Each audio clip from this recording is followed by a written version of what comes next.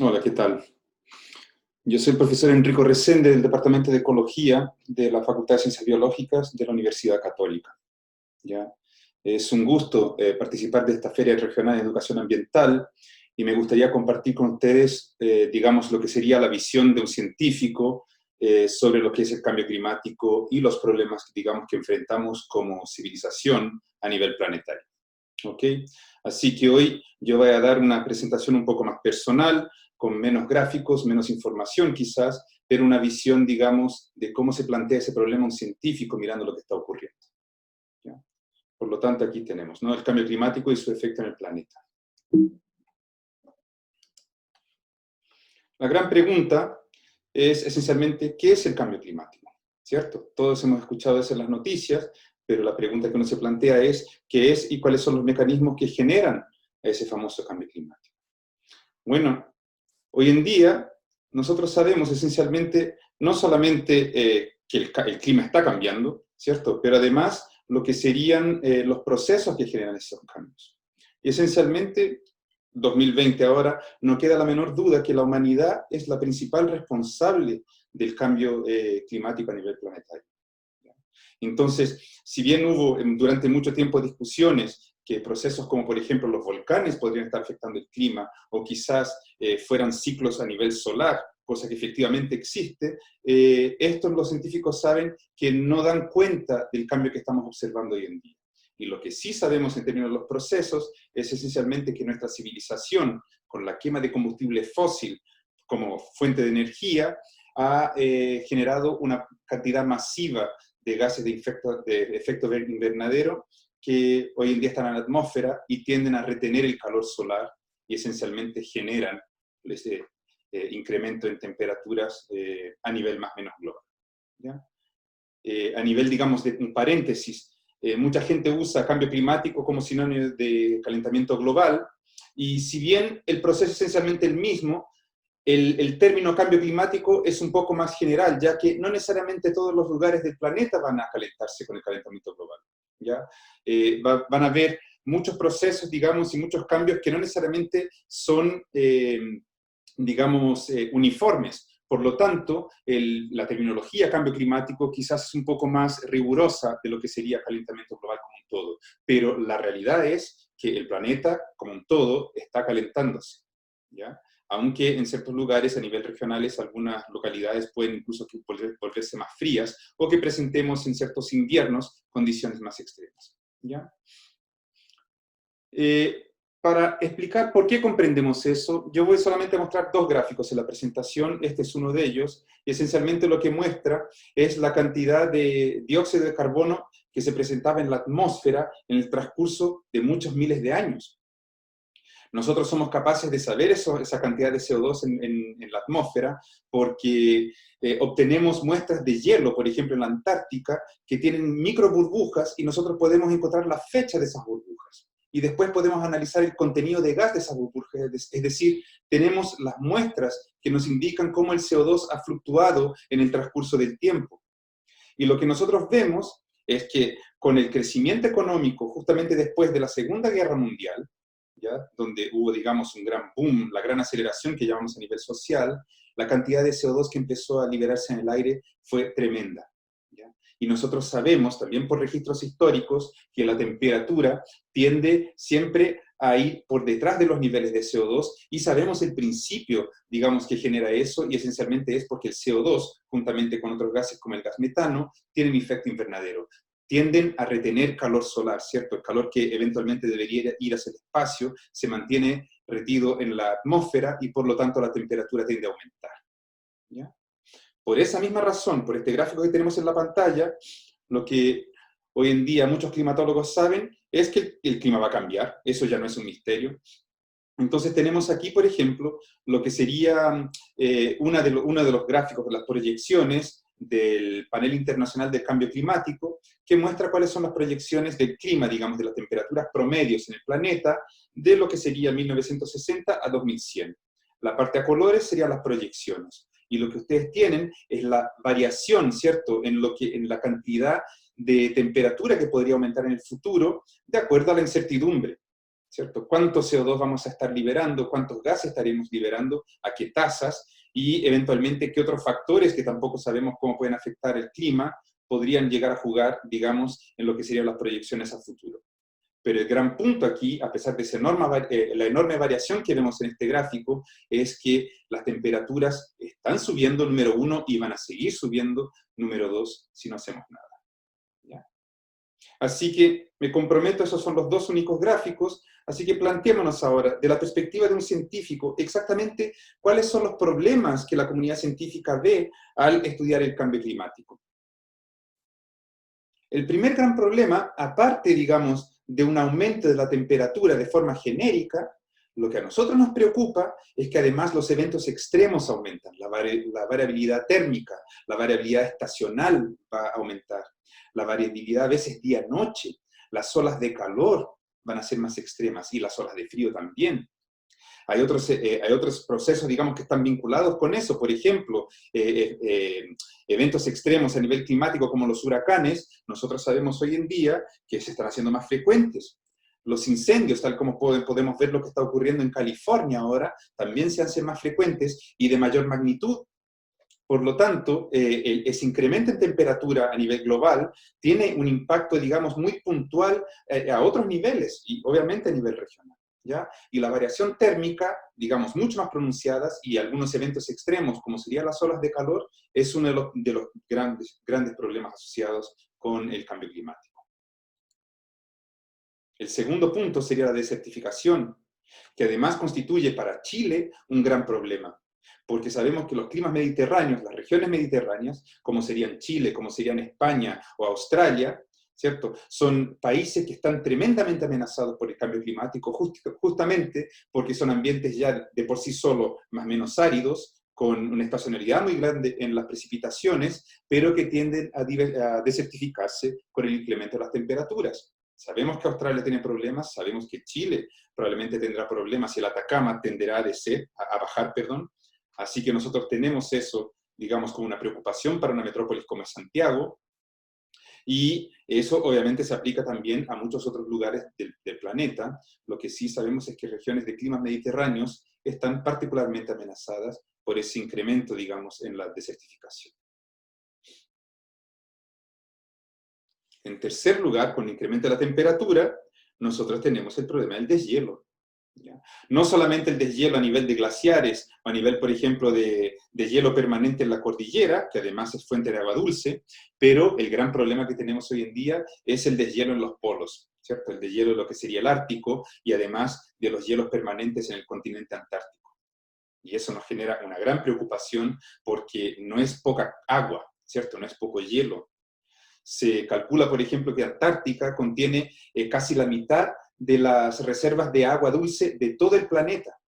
Y si el continente antártico eventualmente se derrite, cosa que proyecciones muy recientes plantean que va a ocurrir en un transcurso de muchos años, pero eventualmente debería ocurrir, hay cálculos que plantean que el nivel de los mares podría subir entre 3 a 6 metros. Así que estamos hablando de problemas que no son menores. Y el deshielo sabemos que está ocurriendo. Cualquier persona aquí en Santiago puede mirar hacia la cordillera y aquellos ya más viejos como yo se van a acordar que en invierno la cordillera era absolutamente blanca, hace algunos 20, 25 años atrás. Hoy en día eso ya no se da, y justamente porque las temperaturas son más altas. Así que el deshielo es otra, digamos, de los matices, otra de las caras del cambio climático, de ese incremento de la temperatura que nos preocupa. Y finalmente, lo que es la acidificación de los océanos, ¿ya? Y uno podría plantearse, bueno, pero ¿cómo eso se ve afectado por un aumento de las temperaturas? Pero hay que recordar que lo que lleva a un aumento de la temperatura es una mayor cantidad de gases invernaderos en la atmósfera, en particular el CO2. Y lo que sabemos es que el CO2 se disuelve en agua y se transforma en bicarbonato, o lo llamaríamos también en su forma disuelta, en carbonato ácido. Es decir, estamos diluyendo una enorme cantidad de CO2 en el agua del mar, y esa agua de a pocos se empieza a acidificar, ¿ya?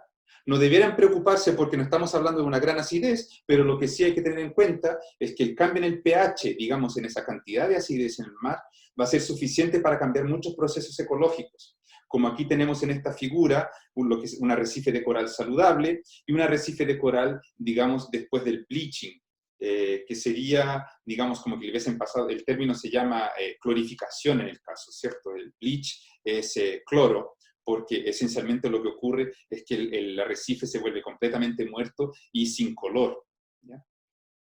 Y el problema entonces es que tenemos, además del cambio en temperatura, juntamente el mismo proceso que es una mayor acumulación de CO2 en el aire, implica una mayor acumulación de CO2 en el agua, en forma de carbonato ácido. Y eso genera entonces una disminución en el pH y eso genera acidificación, ¿ya?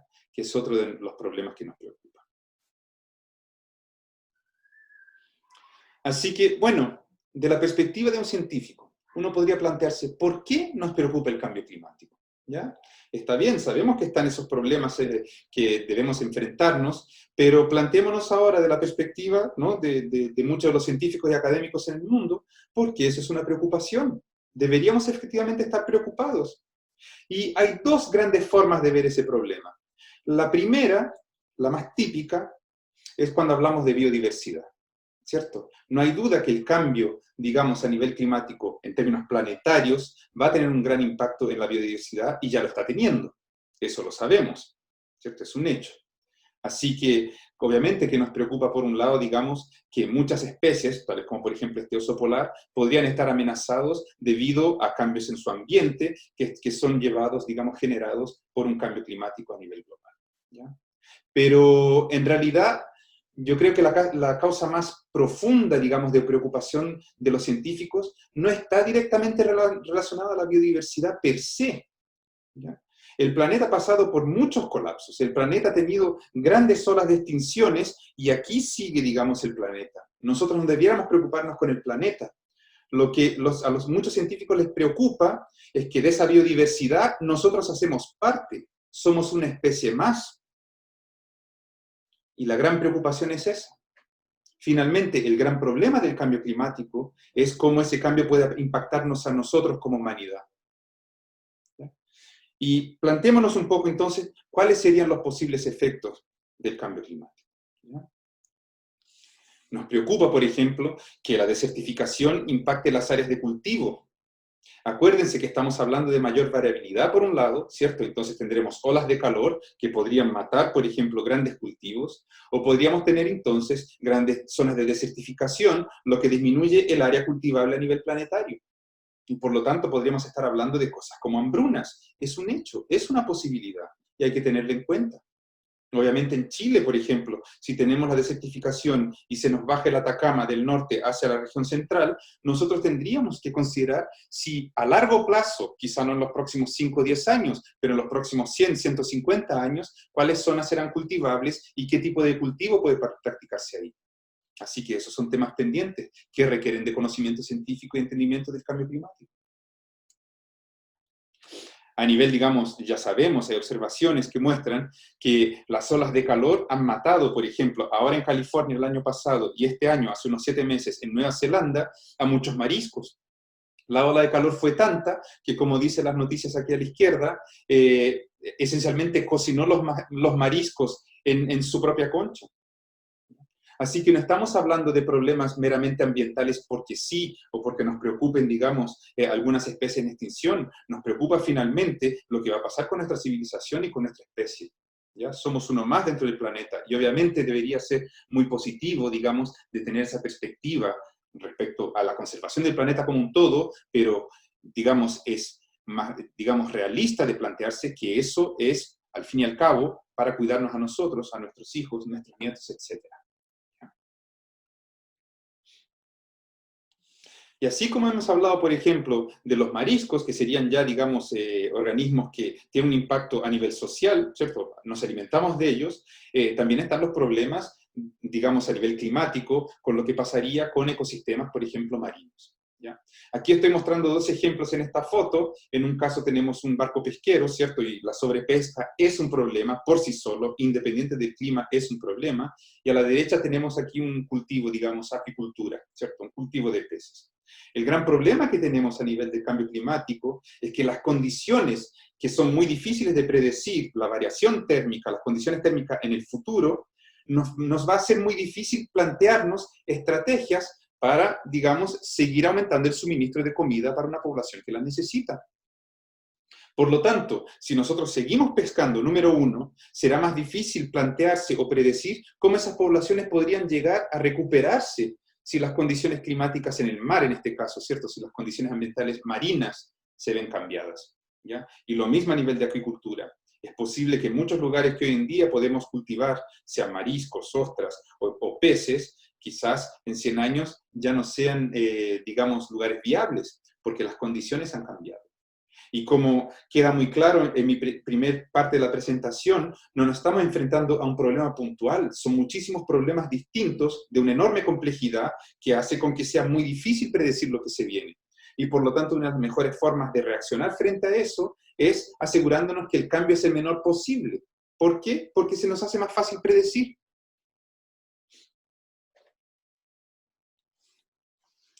Y finalmente, juntamente con el deshielo, nosotros tenemos un problema adicional que es el incremento del nivel de los mares, ¿ya? Y eso no es ciencia ficción nuevamente, es un hecho. El problema simplemente es que quizá no ocurra mañana, pero en algún momento debería empezar a ocurrir.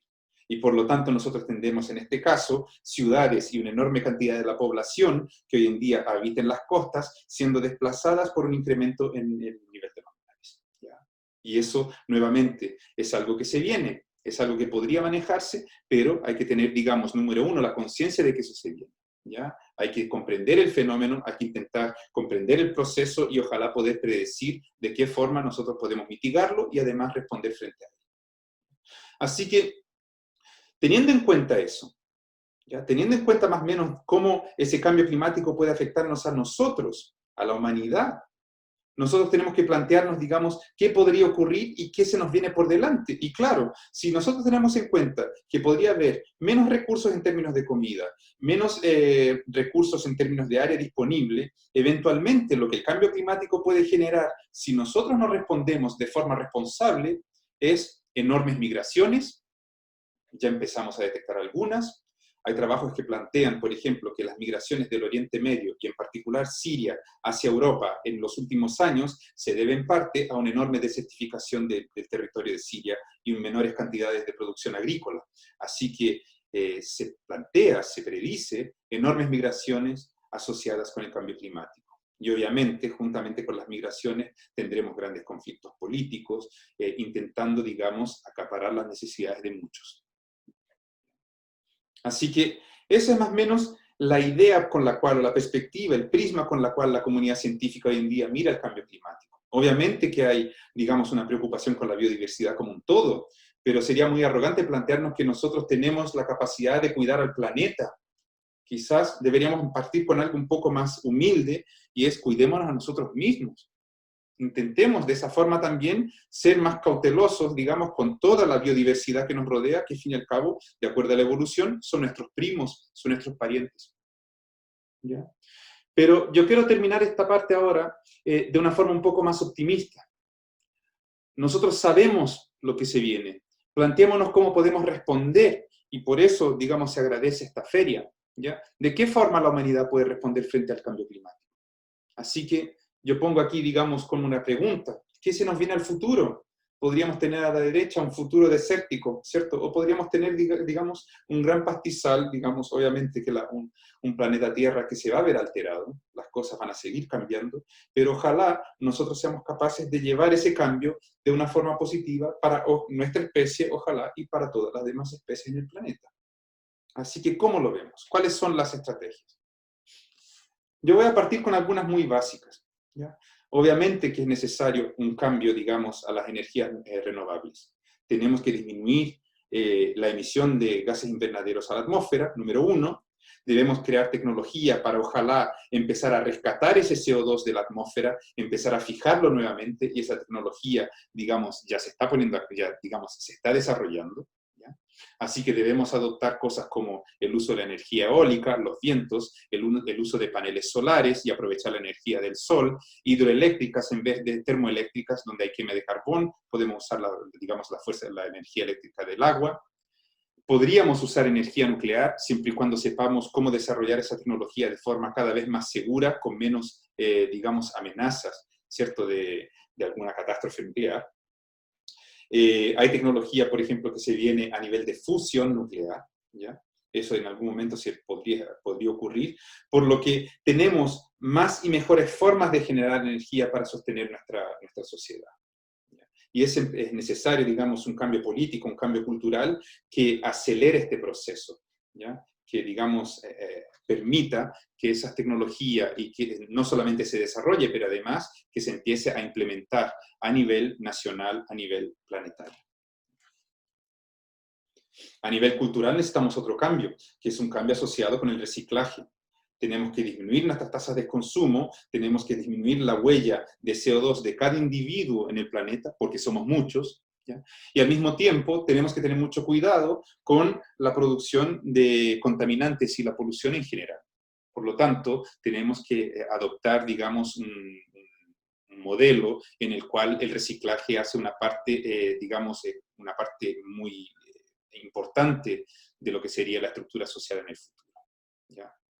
Pero eso, digamos, son visiones a corto plazo, ¿cierto? Son visiones más o menos inmediatas, pero uno puede plantearse lo que podría venir a ocurrir en, nuevamente, centenas de años, en 100, 150, 200 años, ¿ya? ¿Qué otras cosas podríamos hacer? Y podemos plantearnos, obviamente, de desarrollar tecnología para habitar áreas que hoy en día para nosotros son inhabitables. Por ejemplo, intentar con el desarrollo de tecnología plantearnos cultivos en ambientes desérticos. Para Chile, por ejemplo, la posibilidad de emplear cierta área del Atacama, sea como fuente de energía, con energía solar, sea como fuente de alimento y cultivo, sería de un potencial económico tremendo para Chile, ¿ya? Siempre y cuando eso tenga, digamos, sea una estrategia sustentable, hecha de forma responsable, de forma planeada, ¿ya? Pero esa posibilidad debe contemplarse, porque si tenemos la desertificación como un proceso que nos trae el desierto encima, nosotros tenemos también como sociedad que responder y aprender a vivir en esas condiciones. También se plantea, por ejemplo, muchos cambios a niveles de arquitectura y urbanismo. Mucha gente se plantea ciudades flotantes, que podría ser una realidad. Está esa posibilidad a más largo plazo, ¿ya? Por lo que, nuevamente, aquí yo hago un ejercicio no solamente de plantearnos respuestas inmediatas, que son bienvenidas, pero también de intentar adelantarnos al problema del cambio climático que se viene y plantear un futuro, estrategias a mucho más tiempo, una escala temporal mucho más larga de la que en muchos casos los políticos, digamos, gobernantes y la sociedad está discutiendo, ¿ya? Así que tendríamos, por ejemplo, cosas que aparentemente ciencia ficción, como ciudades flotantes, serían una posibilidad si uno se plantea seriamente esa posibilidad, ¿cierto? Y intenta ver qué tan factible es. Obviamente, terminamos con la posibilidad de tener ciudades más verdes, ciudades más integradas con su ambiente alrededor. Como tenemos, por ejemplo, aquí energía eólica, los habitantes utilizando cada vez menos autos, ¿cierto? Menos coches, el transporte público mucho más eficiente, mucho más bicicletas, porque que la huella de CO2 de cada individuo disminuya también es un gran aporte a lo que sería, digamos, esa disminución del impacto de nuestra especie en el clima del planeta. Así que yo dejo eso, digamos, como una posibilidad, como una idea más o menos abstracta, ¿cierto? Una cierta, digamos, casi que un sueño, un gran optimismo, pero claro, si tenemos el tiempo para hacer ese optimismo generarse, ¿por qué no? ¿Por qué no plantearse esa posibilidad, esa estrategia? ¿Ya? Y para aquellos que, digamos, que dudan de esa visión, yo quisiera, digamos, cerrar aquí la conversación con esta foto. Como estamos en Santiago, yo imagino muchos reconocerán eso es el pueblo de los dominicos, el pueblito, como le decían, ¿ya?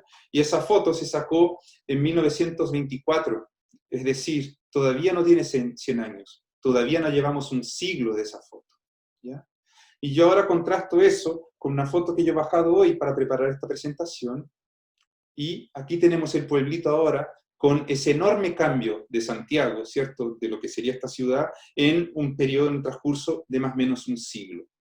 Si ustedes se ponen en la posición de esa persona que estaba en la foto en 1924 y le dijera que en ese mismo lugar un día va a tener electricidad, va a tener autos que se mueven a combustión sin la necesidad de caballos, va a tener gente que es capaz de bajar esa información con internet y se plantea cosas que son casi de sueño en el transcurso de una ventana de solamente 100 años, uno empieza a entender que el futuro que yo planteo, digamos, en las diapositivas anteriores, no es tan de ciencia ficción. El hombre tiene la posibilidad, la humanidad tiene una gran capacidad de construcción. Hemos construido nuestro ambiente, ¿cierto?, para acomodar nuestras necesidades. Obviamente con eso viene acompañando una tremenda destrucción, pero también juntamente con ese enorme crecimiento de los últimos 100 años, se viene la experiencia de saber lo que ha funcionado y aquello que no. Y por lo tanto nosotros tenemos hoy en día las herramientas que incluyen la ciencia, que incluyen la educación, que incluye la tecnología y debe incluir a políticos, gobernantes y a la sociedad en plantearnos cuál es el futuro que queremos, tanto para Santiago como para Chile, como para nuestro planeta. ¿Ya? Y por eso entonces yo creo, intento terminar esto con esta vena, digamos, más optimista, porque si bien se viene un cambio, ¿cierto? Si bien el cambio climático es una realidad, ¿ya? La realidad también de aquellos que entienden un poco de la historia de nuestro planeta es que el planeta siempre ha cambiado y va a seguir cambiando siempre. Así que nuestro rol dentro de esta gran historia no es plantearnos mantenernos estáticos, no es querer intentar volver a ayer porque ayer era necesariamente mejor. No. Además que la posibilidad de volver a ayer ya no existe. Lo que debemos plantearnos es cómo queremos que mañana sea. Y ojalá mañana va a ser un muy buen día.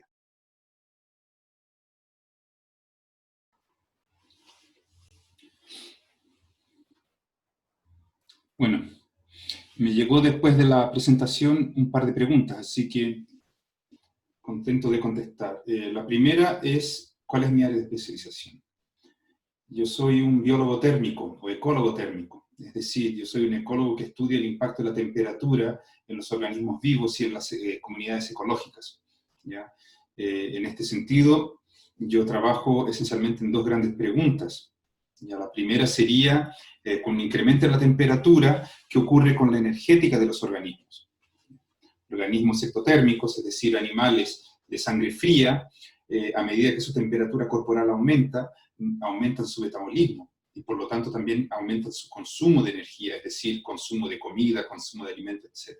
¿Ya? Y sus requerimientos también, por ejemplo, en cosas como agua.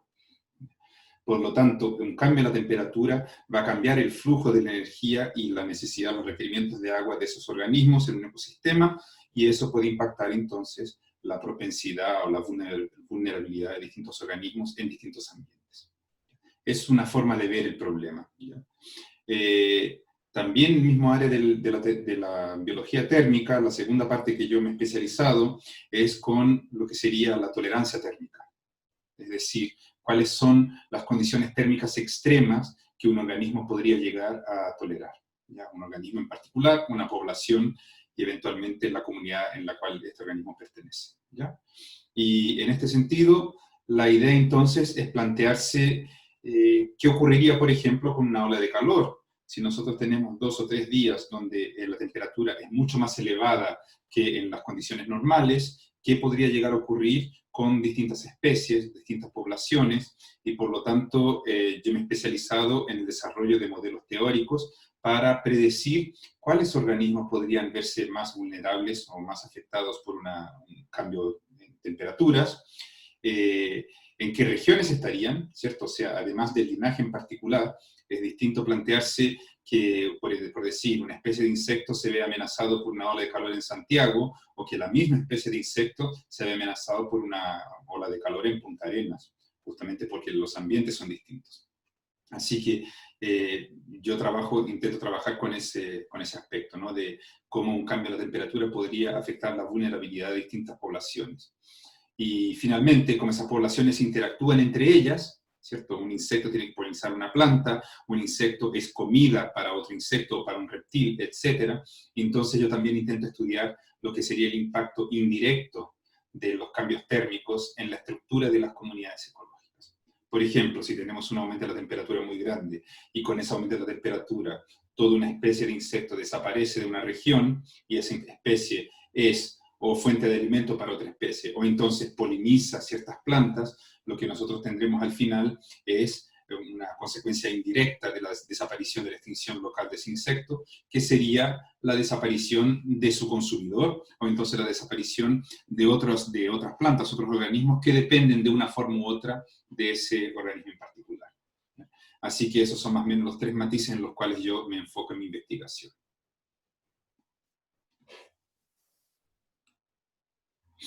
También preguntan ahora si este tipo de investigación tiene implicancias o aplicaciones prácticas. Y la respuesta es sí. Principalmente porque nuestros cultivos, muchos de los cultivos que nosotros tenemos, requieren, por ejemplo, de lo que serían polinizadores, ¿cierto? Muchos de los frutos que se consumen y que se comercializan, una fuente muy importante de economía, principalmente en un país como Chile, requiere de polinizadores para que cumplan con la reproducción, ¿cierto? Que cumplan con fecundar una flor con el polen de otra y por lo tanto generar un fruto y eventualmente una semilla. Y muchas de las semillas y los frutos que se comercializan requieren de polinizadores, sean polinizadores nativos o entonces polinizadores tales como la abeja, que en muchos casos son usados para los eventos de polinización para la producción frutícola de Chile en este caso. ¿Ya? Y obviamente el comprender lo que ocurre con un cambio térmico va a afectar tanto las poblaciones nativas de insectos, pero también podría tener un impacto en lo que serían las poblaciones de insectos domesticados, entre comillas, como por ejemplo las abejas domésticas. ¿Ya? Porque en este caso es posible que las abejas no tengan la posibilidad de polinizar también en condiciones que sean más extremas. ¿Ya? Eso es una aplicación de nuestra investigación. Otra posible aplicación es para mitigar el impacto de insectos plaga, ya que sabemos hoy en día que hay muchos insectos que son plagas en distintos lugares, hay plagas que son especies invasivas en distintas regiones, y se requieren modelos para predecir no solamente en qué lugares esas plagas pueden vivir, ¿cierto? Qué países podrían llegar a colonizar, qué regiones podrían llegar a colonizar, pero además en qué tiempos, en qué ventanas de tiempos esos insectos plaga podrían ser o producir un mayor impacto en las producciones de cultivos. ¿Ya? Eso permitiría, por ejemplo, generar estrategias para hacer cultivos en distintos lugares que podrían estar protegidos de esas especies plagas por una protección térmica, ¿cierto? Esencialmente el lugar es demasiado caluroso o frío para que esa especie pueda colonizar. Podríamos tener estrategias de cultivo que pillen, por ejemplo, estas especies en un momento donde sus poblaciones no crecen mucho por un efecto térmico, porque el crecimiento del tamaño poblacional de una especie de animal también va a depender de la temperatura. Y de esa forma nosotros podríamos intentar plantearnos formas de control de especies plagas, ¿cierto? O entonces formas para maximizar la efectividad de insectos polinizadores empleando métodos, entre comillas, naturales, es decir, simplemente un impacto térmico. Finalmente, la otra posibilidad es el control de plagas, por ejemplo, con shock térmicos, ¿ya? Es decir, se da un impacto de calor en un cultivo y eso podría eventualmente matar una fracción grande de los organismos que están ahí como plagas y por lo tanto sería una alternativa para pesticidas que tienen, digamos, un impacto ecológico mucho más alto. ¿Ya? Este tipo de tecnología viene recién empezando.